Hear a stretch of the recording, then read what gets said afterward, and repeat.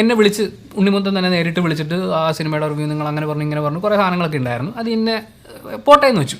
അത് കഴിഞ്ഞ് ഒരു 6 മാസത്തിന് ശേഷം മറ്റോ ആണ് ഞാൻ വർക്ക് ചെയ്യുന്ന സ്ഥാപനം ഏതാണ് എന്നുള്ളത് ഇവർക്ക് മനസ്സിലാവുന്നത്. അപ്പോൾ ഇതിൻ്റെ പ്രൊഡക്ഷൻ ഹൗസിൽ നിന്നൊക്കെ നേരെ ഞാൻ വർക്ക് ചെയ്യുന്ന സ്ഥാപനത്തിലേക്ക് വിളിക്കുന്നു.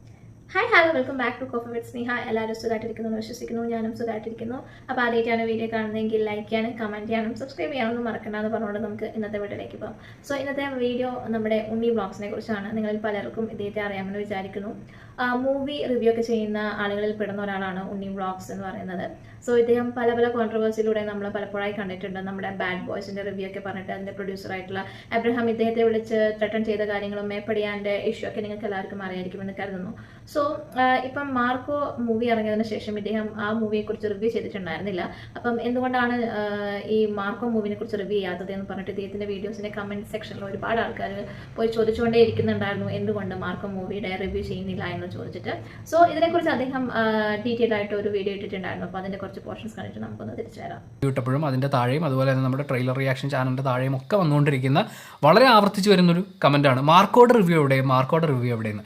ഈ റിവ്യൂ ചോദിച്ചുകൊണ്ടിരിക്കുന്ന ആൾക്കാരിൽ ചിലരൊക്കെ പറയാറുണ്ട് നിൻ്റെ റിവ്യൂ ഞാൻ അന്ന് മുതലേ കാണുന്നതാണ്, ഇപ്പം നീ ഇതിനോട് എന്താണ് ഒരു വൈമുഖ്യം കാണിക്കുന്നതെന്നൊക്കെ. നിങ്ങൾ എൻ്റെ ചാനൽ സ്ഥിരമായി ഫോളോ ചെയ്യുന്ന ഒരാളാണെന്നുണ്ടെങ്കിൽ എന്തുകൊണ്ട് ഉണ്ണിമുകുന്ദൻ ഭാഗമായിട്ടുള്ള സിനിമകളെക്കുറിച്ച് ഞാൻ സംസാരിക്കില്ല അല്ലെങ്കിൽ അത്തരം സിനിമകൾ ഞാൻ കാണില്ല എന്ന് തീരുമാനമെടുത്തതെന്നുള്ളത് ഞാനൊരു വീഡിയോ ആയിട്ട് പോസ്റ്റ് ചെയ്തിട്ടുണ്ട്. വീഡിയോൻ്റെ ലിങ്ക് ഞാൻ ഡിസ്ക്രിപ്ഷനിൽ കൊടുക്കാം. സൗകര്യമുണ്ടെങ്കിൽ കണ്ടു നോക്കുക. അദ്ദേഹത്തിൻ്റെ സിനിമകൾ ഞാൻ കാണില്ല അല്ലെങ്കിൽ അദ്ദേഹത്തിൻ്റെ സിനിമകളെക്കുറിച്ച് ഞാൻ സംസാരിക്കില്ല എന്ന് പറഞ്ഞതിൻ്റെ ഒരു കാരണം ഞാൻ കൃത്യമായി ബോധിപ്പിച്ചിട്ടുണ്ട്. മേപ്പടിയാൻ എന്ന് പറയുന്ന സിനിമ വരുന്നു.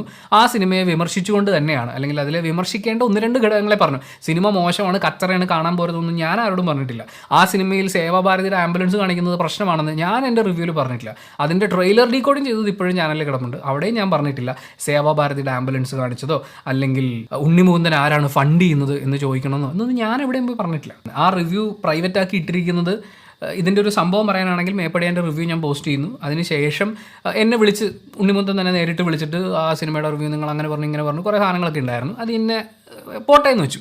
അത് കഴിഞ്ഞ് ഒരു 6 മാസത്തിന് ശേഷം മറ്റോ ആണ് ഞാൻ വർക്ക് ചെയ്യുന്ന സ്ഥാപനം ഏതാണ് എന്നുള്ളത് ഇവർക്ക് മനസ്സിലാവുന്നത്. അപ്പോൾ ഇതിൻ്റെ പ്രൊഡക്ഷൻ ഹൗസിൽ നിന്നൊക്കെ നേരെ ഞാൻ വർക്ക് ചെയ്യുന്ന സ്ഥാപനത്തിലേക്ക് വിളിച്ചിട്ട് ഞാൻ മേപ്പടിയാൻ്റെ റിവ്യൂ റിമൂവ് ചെയ്യണം, എന്നിട്ട് ഞാൻ മാപ്പ് പറഞ്ഞൊരു പോസ്റ്റ് ഇടണം. അതായത് ആ റിവ്യൂവിൽ പറഞ്ഞത് മുഴുവൻ തെറ്റാണ്, എനിക്ക് തെറ്റ് പറ്റിപ്പോയി എന്ന് പറഞ്ഞ് ഞാൻ മാപ്പ് പറഞ്ഞൊരു പോസ്റ്റ് ഇടണം എന്നുള്ളതാണ്. അല്ലെങ്കിൽ കമ്പനിക്കെതിരെ ലീഗലി പോകും എന്നൊക്കെ പറഞ്ഞിട്ടാണ് ഇവർ വന്നത്. അപ്പോൾ ഈ പറഞ്ഞത് ഞാൻ ഉണ്ണി വ്ളോഗ്സിൻ്റെ കൂടെ നിൽക്കാനാണ് ആഗ്രഹിക്കുന്നത്. കാരണം നമ്മളൊരു ഫിലിം കണ്ടിട്ട് അതിനെക്കുറിച്ച് അഭിപ്രായം പറയാനുള്ള സ്വാതന്ത്ര്യം നമുക്കുണ്ട് എന്ന് വിശ്വസിക്കുന്ന ഒരാളാണ് ഞാൻ. അപ്പോൾ നമ്മൾ പൈസ കൊടുത്തൊരു ഫിലിം കണ്ടിട്ട് അതിനെക്കുറിച്ച് അഭിപ്രായം പറയുന്നതിൽ എന്താണ് തെറ്റുള്ളത്? അതുപോലെ തന്നെ ഞാൻ ഒരിക്കലും മൂവി റിവ്യൂവേഴ്സിൻ്റെ റിവ്യൂ കണ്ടിട്ട് ഫിലിം കാണാനായിട്ട് പോകാറില്ല. അവരുടെ അഭിപ്രായമാണ് പറയുന്നത്. എനിക്ക് ഇഷ്ടപ്പെടുന്ന മൂവി നിങ്ങൾക്ക് ഇഷ്ടപ്പെടണമെന്നില്ല, നിങ്ങൾക്ക് ഇഷ്ടപ്പെടുന്ന മൂവി എനിക്ക് ഇഷ്ടപ്പെടണമെന്നില്ല.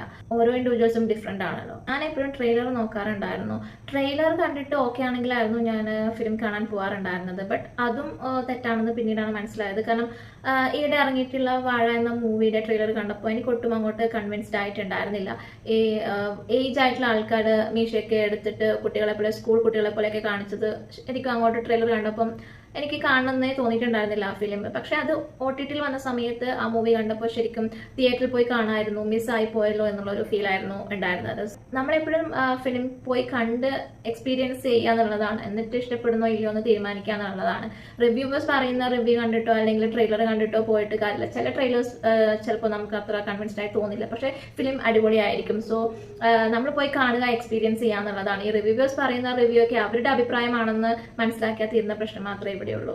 ഞാൻ എൻ്റെ മാനേജറോട് പറഞ്ഞത് ഞാൻ ഇപ്പോഴും പറയാണ്, എൻ്റെ കഴുത്തറുത്ത് ഇവിടെ ഇട്ടാലും ഞാൻ മാപ്പ് പറയാൻ പോകുന്നില്ല എന്ന് തന്നെയാണ് ഞാൻ പറഞ്ഞത്. അങ്ങനെ മാപ്പ് പറയാൻ മാത്രമുള്ളൊരു തെറ്റ് എൻ്റെ ഭാഗത്തുനിന്ന് സംഭവിച്ചിട്ടില്ല എന്ന് എനിക്ക് 100% ഉറപ്പുണ്ട്. എന്തായാലും അവരത് കുറച്ച് കോംപ്ലിമെൻറ്റ്സ് ആക്കുകയും വീഡിയോ തൽക്കാലം റിമൂവ് ചെയ്യണം എന്ന് പറയുന്ന ഒരു സിറ്റുവേഷനിൽ എത്തിച്ചു. 6 മാസം കഴിഞ്ഞു, ആ സിനിമയുടെ റിവ്യൂ ഒന്നും പിന്നെ ആരും കാണാൻ പോകുന്നില്ല എന്ന് എനിക്കും അറിയാം, എല്ലാവർക്കും അറിയാം. ബട്ട് സ്റ്റിൽ സിനിമ ഇറങ്ങി 6 മാസത്തിന് ശേഷം ഒരവസരം കിട്ടുമ്പോൾ പോലും എങ്ങനെയെങ്കിലും അവൻ്റെ റിവ്യൂ തൂക്കണം, അവനെ കൊണ്ട് മാപ്പ് പറയിക്കണം എന്ന് പറയുന്ന ഗ്രഡ്ജൊക്കെ ഉള്ളിൽ കൊണ്ടു നടക്കുന്ന ഒരു രീതി എന്ന് പറയുന്നത് എന്നെ സംബന്ധിച്ച് അത് ഭയങ്കര ടോക്സിക്കാണ്. അത് വളരെ വളർച്ച മുരടിച്ചതിൻ്റെ ലക്ഷണമാണ് എന്നൊക്കെയാണ് എനിക്ക് ഫീൽ ചെയ്തിട്ടുള്ളത്. ആരെങ്കിലും ഒരാൾ നെഗറ്റീവ് റിവ്യൂ ഇട്ടെന്ന് കരുതിയിട്ട് ആ ഒരു ഫിലിമിന്റെ പ്രൊഡ്യൂസർ അല്ലെങ്കിൽ ആക്ടേഴ്സ് വിളിച്ചിട്ട് ഭീഷണിപ്പെടുത്തുക അല്ലെങ്കിൽ മാപ്പ് പറയുക എന്നൊക്കെ പറയുന്നത് ഒട്ടും ശരിയായിട്ടുള്ള ഒരു കാര്യമല്ല. നിങ്ങൾ എടുത്തിട്ടുള്ള പടം അടിപൊളിയാണെന്നുണ്ടെങ്കിൽ ആരൊക്കെ നെഗറ്റീവ് ഇട്ടിട്ടുണ്ടെങ്കിലും ആ പടം ഹിറ്റ് ആവുക തന്നെ ചെയ്യും. നിങ്ങൾ ഇങ്ങനെ വിളിച്ചു ഇവരോട് മാപ്പ് പറയാൻ പറയുക അല്ലെങ്കിൽ വീഡിയോ ഡിലീറ്റ് ചെയ്യാൻ പറയാന്നൊക്കെ പറയുമ്പോഴാണ് നമുക്ക് ആ ഒരു ഫിലിം കാണാനുള്ള ഇൻട്രസ്റ്റ് ഇല്ലാണ്ടാവുന്നത്. അതുപോലെ തന്നെ ലക്കി ഭാസ്കറിന്റെ റിവ്യൂ ചെയ്തതിനെ കുറിച്ചും ഈ ഒരു വീഡിയോയിൽ മെൻഷൻ ചെയ്യുന്നുണ്ട്. സോ ആ ഒരു റിവ്യൂ ഞാൻ കണ്ടിട്ടുണ്ടായിരുന്നില്ല. ഈ ഒരു വീഡിയോയിൽ പറഞ്ഞതുപോലെ തന്നെ ആണെങ്കിൽ ലക്കി ഭാസ്കർ ഒരു വൺ ടൈം വാച്ചബിൾ ആയിട്ടുള്ള മൂവി തന്നെയായിരുന്നു. ഒരു നൈസ് ഹാപ്പി എൻഡിങ് മൂവി ആയിട്ടാണ് എനിക്ക് ലക്കി ഭാസ്കർ ഫീൽ ചെയ്തിട്ടുണ്ടായിരുന്നത്. ഓൺ എയർ വിശേഷം എന്ന് പറയുന്നത് അത് ലക്കി ഭാസ്കറിന്റെ റിവ്യൂവുമായിട്ട് ബന്ധപ്പെട്ടിട്ടാണ്. ലക്കി ഭാസ്കറിന്റെ റിവ്യൂ ഞാൻ എൻ്റെ റിവ്യൂ പോസ്റ്റ് ചെയ്തതിന് ശേഷം ഫേസ്ബുക്കിലും അതുപോലെ തന്നെ യൂട്യൂബിലൊക്കെ മറ്റുള്ളവർ ഇടുന്ന റിവ്യൂസ് നോക്കാറുണ്ട്. അപ്പോൾ ഇതുവരെ കണ്ടിട്ടുള്ളതിൽ ക്ലാസിക് സിനിമ എന്നൊക്കെ പറഞ്ഞ് വിശേഷിപ്പിക്കുന്ന രീതിയിൽ വരെയുള്ള റിവ്യൂസ് കണ്ടിട്ടുണ്ടായിരുന്നു. ഒരു ഗംഭീര സിനിമ എന്നുള്ള രീതിയിലും റിവ്യൂ കണ്ടിട്ടുണ്ടായിരുന്നു. പക്ഷേ എന്നെ സംബന്ധിച്ച് അതിൽ കുറച്ച് ഫ്ലോസ് ഫീൽ ചെയ്തിട്ടുണ്ടായിരുന്നു. സിനിമ വളരെ മോശമാണ് എന്നൊന്നും ഞാൻ പറഞ്ഞിട്ടില്ല. ലക്കി ഭാസ്കറിന്റെ റിവ്യൂവിന്റെ അവസാനം ഞാൻ പറഞ്ഞതൊന്ന് കേൾപ്പിച്ചു തരാം. സിനിമയെക്കുറിച്ച് പറയാനുള്ളത് ഞാൻ ഇവിടെ വെച്ച് കൺക്ലൂഡ് ചെയ്യാം. എന്നെ സംബന്ധിച്ച് ഒരു വൺ ടൈം വാച്ചബിൾ അനുഭവം എന്നുള്ള രീതിയിൽ വൺ ടൈം വാച്ചബിൾ, അതായത് കൊടുത്ത കാശിന് നഷ്ടം തോന്നാതെ തിയേറ്ററിൽ ഇരുന്ന് കണ്ടു തീർത്ത ഒരു സിനിമയാണ്. ഇനി ഒരു വട്ടം കൂടി ആവേശത്തോടുകൂടി പോയി കാണാനുണ്ടോ എന്ന് ചോദിച്ചു കഴിഞ്ഞാൽ എനിക്ക് അങ്ങനെ ഫീൽ ചെയ്തിട്ടില്ല.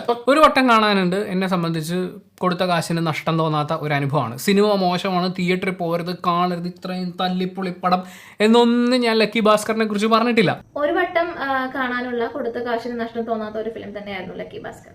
പക്ഷേ ഈ റിവ്യൂ പോസ്റ്റ് ചെയ്തൊരു 2 ദിവസമാണോ അല്ല 5 ദിവസത്തിന് ശേഷം ഒരു ദിവസം രാവിലെ 7 മണിക്ക് അതോ 6 മണിക്കോ, അതായത് ഏതാണ്ട് ഒരേ സമയത്ത് ഒരേ ടൈറ്റിൽ ഇട്ടിട്ട്, അതായത് യൂട്യൂബിൻ്റെ മറ്റേ തംബ്നെയിലില്ലേ അതിൽ ഈ വീഡിയോയ്ക്ക് കൊടുക്കുന്ന ക്യാപ്ഷൻ്റെ കൂടെ ചില ആൾക്കാർ ഇമോജി വെക്കാറുണ്ട്. ആ ഇമോജി അടക്കം സെയിമായിട്ട് ഒരു 2-3 ചാനലുകളിൽ ഒരുമിച്ച് വീഡിയോ പബ്ലിക് ആവുകയാണ്. അപ്പോൾ അതിൽ ചില തംബ്നെയിൽ പോലും സെയിം, അത് അവതരിപ്പിക്കുന്ന ആളുടെ ഒരു ഫോട്ടോ ഒരു കോർണറിൽ വരുന്നത് ഒഴിച്ചു കഴിഞ്ഞാൽ ബാക്കി എല്ലാ തംബ്നെയിൽ വരെ സെയിം ആയിട്ട് ഒന്നിലധികം യൂട്യൂബ് ചാനൽസിൽ വീഡിയോസ് വരികയാണ്. അതുപോലെ തന്നെ ഫേസ്ബുക്കിലൊക്കെ പോസ്റ്റ് വരികയാണ്.